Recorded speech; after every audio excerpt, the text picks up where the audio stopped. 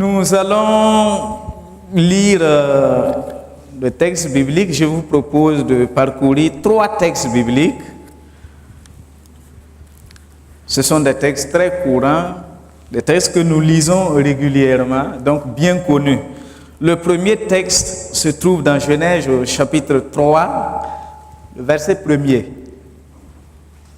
Genèse chapitre 3, verset 1er. Le deuxième texte est Matthieu chapitre 4, verset 3. Matthieu 4, verset 3. Et le troisième texte se trouve dans l'Évangile selon Luc au chapitre 7, le verset 20.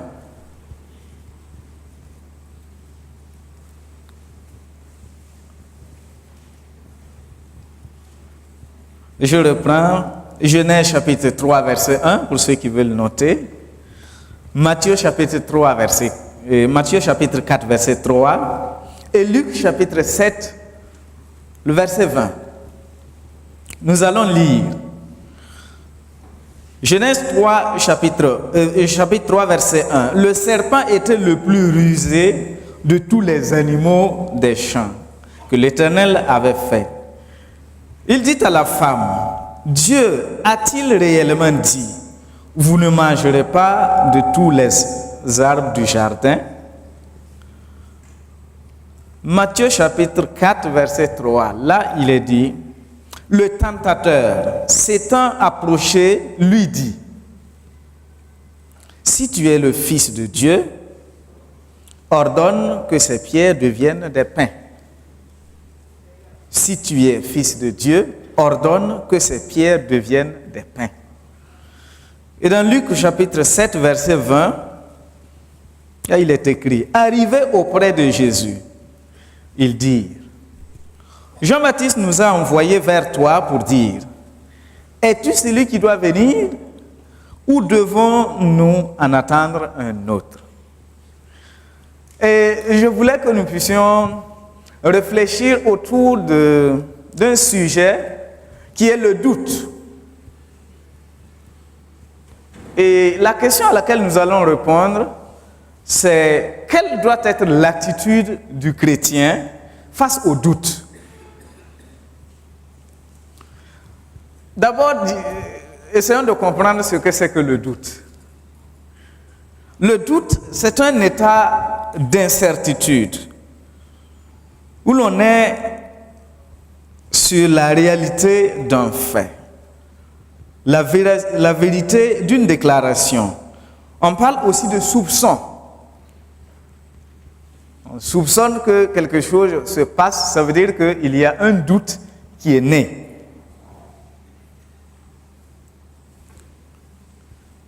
Le contraire du doute, c'est la certitude, c'est aussi l'assurance ou la confiance. Il est très important de considérer ce sujet pour la vie spirituelle parce que les hommes posent toujours leurs actes en fonction de leurs convictions, mais aussi en fonction de leurs doutes. Nous ne prenons pas les décisions au hasard. Nous prenons les décisions dans notre vie en fonction de nos convictions ou bien en fonction de nos doutes.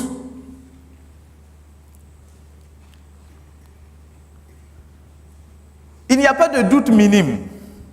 C'est un élément à prendre en considération. Une fois que nous doutons un peu, nous doutons beaucoup. Et c'est assez pour prendre une décision.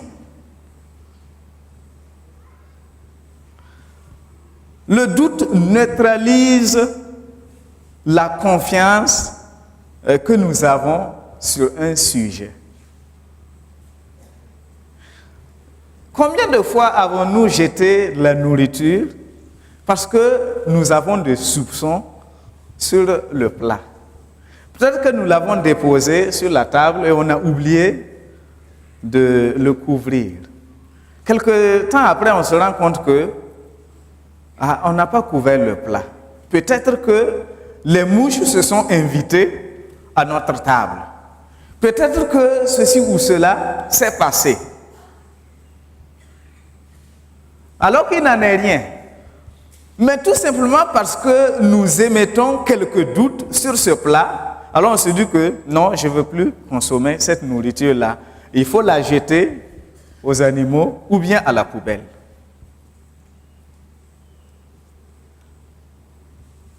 Jacques nous dit au chapitre 1, verset 6, « Car celui qui doute est semblable au flot de la mer, agité par le vent et poussé de côté et d'autre. » Le doute est présent dans nos vies. Nous ne devons pas ignorer cela. Le doute est toujours là. À chaque instant, nous sommes amenés à nous poser certaines questions, à réfléchir, à émettre des doutes, ou bien pour nous rassurer de certaines choses. Dans beaucoup d'aspects de notre vie, chaque jour, nous sommes amenés à douter.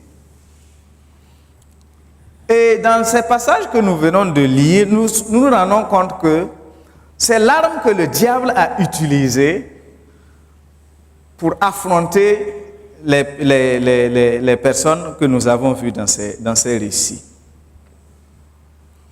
Le diable l'utilise le plus souvent pour nous conduire loin de l'amour de Dieu. Quand le diable nous pose certaines questions, il veut nous amener à douter de l'amour de Dieu. Est-ce que Dieu m'aime vraiment? Est-ce que Dieu m'aime réellement? Il veut nous amener à douter de la présence de Dieu. Est-ce que Dieu est avec moi? Est-il vrai que Dieu est avec moi? C'est pourquoi nous pouvons nous poser donc la question. Quelle est l'attitude du chrétien? Quelle doit être l'attitude du chrétien en face de ce sujet? Premièrement, nous allons voir le doute à l'heure de l'épreuve de l'obéissance à la parole de Dieu. Deuxièmement, nous allons voir le doute à l'épreuve de la reconnaissance de notre identité en tant que chrétien. Et troisièmement, nous allons voir le doute à l'heure de l'épreuve de la souffrance et de la douleur. Dans le premier verset, alors, le diable se présente à la femme pour déclencher une discussion. Et il pose la question, Dieu a-t-il réellement dit? Vous êtes sûr que Dieu vous a parlé? Es-tu sûr que c'est Dieu qui t'a parlé? Pourquoi cette question? Pour amener la femme à douter. Est-ce que Dieu vous a-t-il réellement dit? Et il va continuer. Si Dieu vous a dit de ne pas manger du fruit de cet arbre-là, si Dieu vous a donné cette loi, pourquoi il l'a fait? Pensez-vous que c'est pour votre bien? Il veut approfondir le doute. Si tu penses encore que c'est Dieu qui t'a donné cet ordre, ce commandement, est-ce que tu penses que c'est pour ton bien? Non! Il ne faut pas être aussi naïf que ça. Dieu ne veut pas de votre bien. Il sait que si vous mangez le fruit de cet arbre, vos yeux vont s'ouvrir, vous allez devenir comme Dieu. C'est pourquoi il vous a dit de ne pas faire cela. Donc, il ne vous aime pas. Si Dieu était amour, il allait permettre que vous aussi, vous puissiez accéder au plus haut niveau de la connaissance, de la révélation. Mais comme il ne vous aime pas, il vous garde dans l'ignorance. Il vous dit de ne pas faire ceci ou de ne pas faire cela. Voyez comment le diable a semé le doute dans le cœur de la femme. Pourtant, c'était une question à ne plus se poser. Dieu a réellement parlé. Ève est bien convaincue que c'est Dieu qui avait parlé. C'est Dieu qui a dit. Et elle sait que Dieu est bon. Elle sait que Dieu est amour. Mais à cause de ces questions que le diable lui a posées, alors elle a commencé à réfléchir, à s'interroger et elle a commencé à douter. Donc, tu as raison. C'est toi qui as raison. C'est Dieu qui n'a pas raison. Et c'est ainsi que Ève est tombée dans le péché. Et ainsi, toute l'humanité est tombée dans le péché.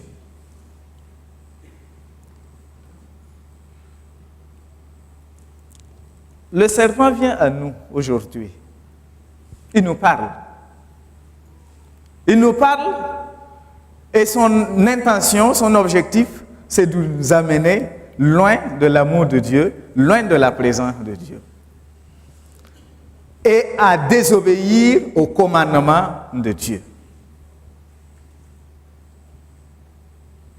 C'est pourquoi vous entendez par-ci, par-là des gens qui critiquent la Bible, qui critiquent la parole de Dieu.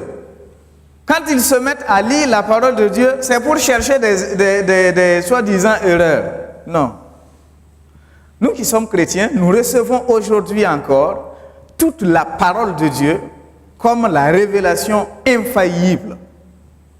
C'est ce que Dieu a voulu communiquer à l'humanité qui se trouve dans cette parole. C'est pourquoi quand nous lisons la Bible, quand nous méditons, c'est avec un esprit de révérence. Nous méditons la Bible avec le plus de sérieux, en ouvrant notre cœur pour que Dieu nous parle. C'est pourquoi je voulais vous encourager, toutefois que vous êtes en contact avec la parole de Dieu, à vous laisser entre les mains du Saint-Esprit. Le Saint-Esprit va parler à vos cœurs et il va vous communiquer quelle est sa pensée pour votre vie, pour avancer avec Dieu. Douter de la parole de Dieu en termes de commandement. Les gens veulent rejeter l'autorité de Dieu. C'est pourquoi ils veulent fuir loin de Dieu, loin de sa parole. Parce qu'ils pensent que le commandement de Dieu n'est pas une bonne chose pour nous. Dieu veut nous priver des plaisirs du monde. Dieu ne veut pas notre épanouissement. C'est pourquoi il nous contraint à ceci ou à cela. Nous ne recevons pas la parole de Dieu comme étant des contraintes. Non, mais nous recevons la loi de Dieu comme une bonne chose. Ce qui nous donne la vie, ce qui nous donne la force, ce qui nous donne la connaissance pour aller vers lui. Alléluia. Le diable veut que nous doutions de la parole de Dieu en termes de mission. Parce que dans la parole de Dieu, nous voyons qu'il nous donne des missions à accomplir. Et le diable se présente souvent à nous pour nous dire, est-ce Dieu qui t'a réellement demandé de faire ceci ou cela? Ne penses-tu pas que cette mission est quand même assez périlleuse? Ne penses-tu pas que c'est trop lourd? Pourtant, c'est Dieu qui nous demande. Si nous nous soumettons à la volonté de Dieu, alors il nous conduit, il nous dirige, il est avec nous. Et nous allons remporter la victoire, nous allons réussir dans ce qu'il nous demande de faire. Chacun a reçu de la part du Seigneur. Quand nous nous sommes convertis, nous avons reçu une mission, un appel. Et c'est Dieu qui nous communique cet appel. Si le diable se présente à nous pour nous dérouter, refoulons-le par la parole, au nom de Jésus-Christ. Alléluia. Il nous dit, ce que Dieu te demande, ce n'est pas facile. Donc, il ne faut pas faire. Ce que Dieu te demande va t'amener à te dépenser trop. Non. Résistons le diable par la parole. et il s'enfuira l'un de nous. Je voulais parler du doute à l'heure de l'épreuve, de la reconnaissance de notre identité. Dans l'évangile selon Matthieu, nous voyons que le tentateur est venu vers Jésus. Et lui pose encore cette question. Si tu es fils de Dieu, si tu es fils de Dieu, pourquoi cette question? Posée au conditionnel, le si. Non, il n'y a plus de conditionnel. Jésus est le fils de Dieu. Il est le fils de Dieu. Il veut amener Jésus à douter de sa propre nature. Parce que tout ce que Jésus pouvait accomplir sur la terre, guérir les malades, prêcher avec autorité, tout cela était possible parce que Jésus savait qui il était. C'est parce qu'il est le Fils de Dieu. Il sait qu'il est souverain. Il sait qu'il a l'autorité de Dieu. Il sait qu'il a la présence de Dieu en lui-même. Il est lui-même Dieu. C'est pourquoi il arrive à accomplir des choses merveilleuses aux yeux du monde entier. Parce qu'il est Fils de Dieu. Et voilà que le tentateur arrive pour lui poser cette question. Il pose la question pour semer le doute, comme il a fait dans le jardin d'Éden. Si tu es Fils de Dieu, cette question n'est pas à poser à Jésus. Non. C'est pour dire que nous ne sommes pas à l'abri. Si le diable a eu l'audace de se présenter à Jésus pour lui poser cette question, il va nous le poser aussi. Si tu es fils de Dieu, si tu es enfant de Dieu, si tu es un vrai chrétien, si tu es une vraie croyante, alors fais ceci ou fais cela. Pour semer le doute. Non, nous n'avons pas à douter de notre identité. Amen. Nous n'avons pas à douter de qui nous sommes. Le sang de Christ a tout accompli pour nous. Il nous a rachetés. Et nous sommes entre ses mains. Nous sommes membres de la famille de Dieu. Il nous a arrachés de la main de l'ennemi. Et il nous a transportés dans un royaume admirable, un royaume de lumière, où règne la puissance de Dieu, la lumière de Dieu. C'est là que nous sommes. Nous sommes citoyens de ce royaume. Mais il va toujours chuchoter à notre oreille. Et penses-tu que tu es sauvé? Pour que nous puissions douter. Et dès lors que il nous amène à douter, je disais que nous posons nos actes en fonction de nos convictions ou de nos doutes. Le doute va nous amener à poser des actes qui prouvent que nous doutons et nous éloignons de la présence de Dieu. C'est pourquoi nous avons encore à réaffirmer notre identité au diable. Cette question n'est plus d'actualité. Je suis fils de Dieu. Je suis enfant de Dieu. Je suis citoyen du royaume céleste.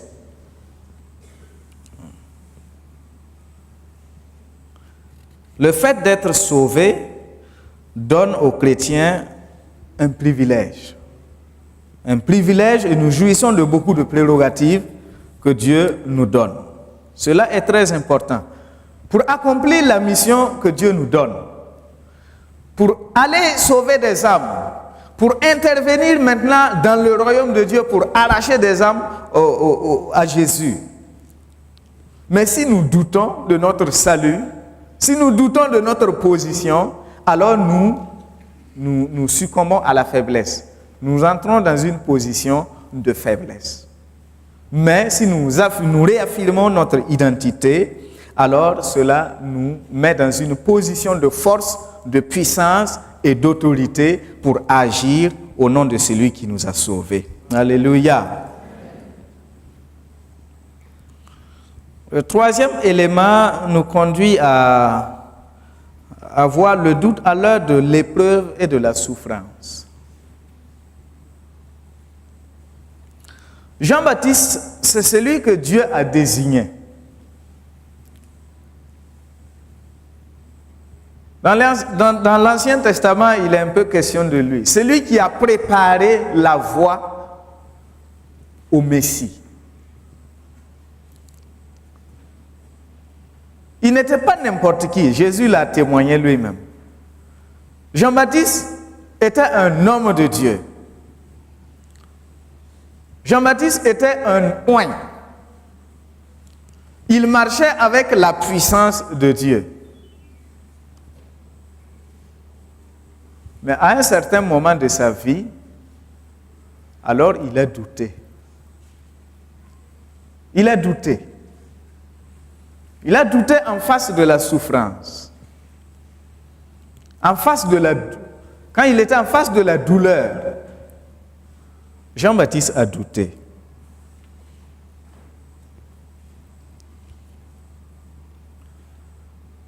Il était injustement puni, emprisonné. Et Jésus n'est pas venu le délivrer. Nous connaissons bien ce récit. Alors que tout le monde voyait que c'était un grand prophète apparu en Israël, qui a pour vocation de préparer la voie du Messie. Mais Jean-Baptiste, il avait même un lien de parenté avec le Messie, n'est-ce pas? C'était son cousin. En dehors de cette mission spirituelle, sur le plan spirituel que Jean-Baptiste devait accomplir pour le Messie, il était lui-même cousin du Messie. Et malgré tout ça, quand il était en difficulté, Jésus était préoccupé peut-être par autre chose, mais il savait que Jean-Baptiste était dans la souffrance. Mais il n'est pas venu auprès de lui. C'est en ce moment qu'il a commencé à douter. Est-ce réellement le Messie? Est-il réellement le Messie? Ou bien un autre? Si c'est vraiment lui, il doit faire quand même quelque chose pour moi. Jean vivait le triomphe du mal sur le bien. La victoire de l'injustice sur la justice. Et ça fait très mal, c'est révoltant. Et le Messie ne fait rien pour lui. Pourtant, il a prêché la justice. Il a prêché la repentance. Il a prêché la volonté de Dieu. Et voilà, il semble abandonné à son sort, triste sort. Et si Jean-Baptiste savait que dans quelque temps, il devait subir la décapitation, alors son doute devrait être encore beaucoup plus profond. Et le Messie est là, il tourne. C'est là qu'il a pris la décision de lui envoyer 2 émissaires. Il faut aller lui poser quand même certaines questions, parce que je ne le comprends plus. Je ne le comprends plus. J'ai tout donné, j'ai tout fait pour lui. Et si c'est lui vraiment le Messie, si c'est sa récompense comme ça, alors je suis confondu. Je suis confus. Et ils sont réellement allés vers Jésus pour lui poser la question. Et vous connaissez la réponse. Allez, dites à Jean ce que vous avez vu, ce que vous avez entendu. D'ailleurs, avant de les renvoyer, il dit, attendez, vous allez voir des choses. Ils se mettent à accomplir des miracles. À accomplir des miracles devant les émissaires de Jean. Et il leur dit maintenant, allez lui dire ce que vous avez vu, ce que vous avez entendu. C'est bien moi, le Messie. Les aveugles voient. Les lépreux sont purifiés. Ainsi de suite, ainsi de suite. Allez lui dire, vous-même vous avez vu. Question de rassurer Jean qu'il était réellement le Messie. Alors, nous pouvons nous dire que, en fait, le problème de Jean n'est pas résolu. Mais en fait, son problème était résolu. Il a été décapité, c'est vrai. Il a été tué, c'est vrai. Mais Jean avait la certitude que c'était le Messie. Jean était rassuré qu'il était réellement en présence de la manifestation du royaume de Dieu. Et c'était la chose la plus importante. La plus importante pour lui, c'était d'être sûr que nous sommes en présence de la manifestation du royaume de Dieu tel que annoncé dans l'Ancien Testament par les prophètes. Jean était rassuré. Je voulais ce matin exhorter chacun d'entre nous. À l'heure de la souffrance, à l'heure de l'épreuve, au moment où le doute commence à s'installer en nous, au moment où nous voyons que les choses ne se déroulent pas comme nous l'aurions souhaité, nous commençons à nous poser certaines questions, à douter. Que nous puissions parler à notre Sauveur. N'écoutons pas le diable. Il va nous enfoncer dans notre doute. Il va nous embourber. C'est son désir.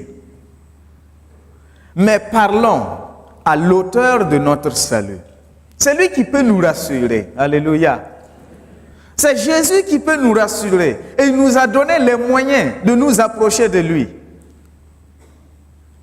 Jean devait envoyer des gens qui allaient faire des kilomètres pour le rejoindre.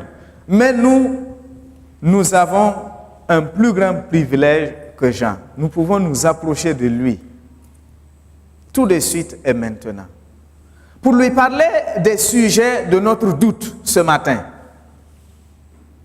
Voilà les choses pour lesquelles je doute. Seigneur, je ne comprends pas. Mais il est là pour nous rassurer. Il est là pour répondre à nos questions. Quelquefois, peut-être, il peut décider autre chose pour nous que nous n'avons pas souhaité. Mais il va nous rassurer. Alléluia. Et c'est la chose la plus importante pour nous. Quand nous parlons de lui, nos difficultés, quand nous parlons de lui, nos faiblesses, à lui nos faiblesses, quand nous parlons à lui de tout ce qui ne va pas dans notre vie, il est là pour nous rassurer. Il est là pour prouver encore qu'il nous aime. Que c'est lui notre Sauveur. Alléluia. La parole de Dieu nous dit dans le psaume 46 que Dieu, il est pour nous un refuge, un appui, un secours qui ne manque jamais quand nous sommes en détresse. C'est pourquoi nous sommes sans crainte, même quand la terre est bouleversée. Même quand les montagnes chancellent dans la mer. Ça, c'est une catastrophe, c'est de l'Apocalypse, ce qui est en train d'être décrit. Mais dans toutes ces circonstances, nous sommes sereins. Quand nous tournons les regards vers Jésus, quand nous tournons nos regards vers Dieu, nous n'avons pas à écouter le diable. Nous allons terminer. Nous n'avons pas à écouter les mensonges du diable. Nous n'avons pas à écouter les questions posées que le diable nous pose. Il veut nous séduire. Il veut nous amener à douter de Dieu, à douter de son amour, à douter de sa présence dans nos vies, à douter de notre identité. Mais tournons simplement les regards vers Jésus. C'est celui qui nous a sauvés. Et nous avons une ferme assurance auprès de lui. Et sa parole est pour nous un appui sûr qui ne faillit jamais. Si nous nous reposons sur lui, alors nous trouverons réellement le vrai repos. Que le Seigneur vous bénisse, que le Seigneur vous fortifie et qu'il nous donne d'aller toujours de l'avant. Malgré les vents, les marées dans cette vie, nous sommes plus que vainqueurs. Parce que celui qui nous a sauvés nous rassure toujours. Que son nom soit béni au nom de Jésus. Amen.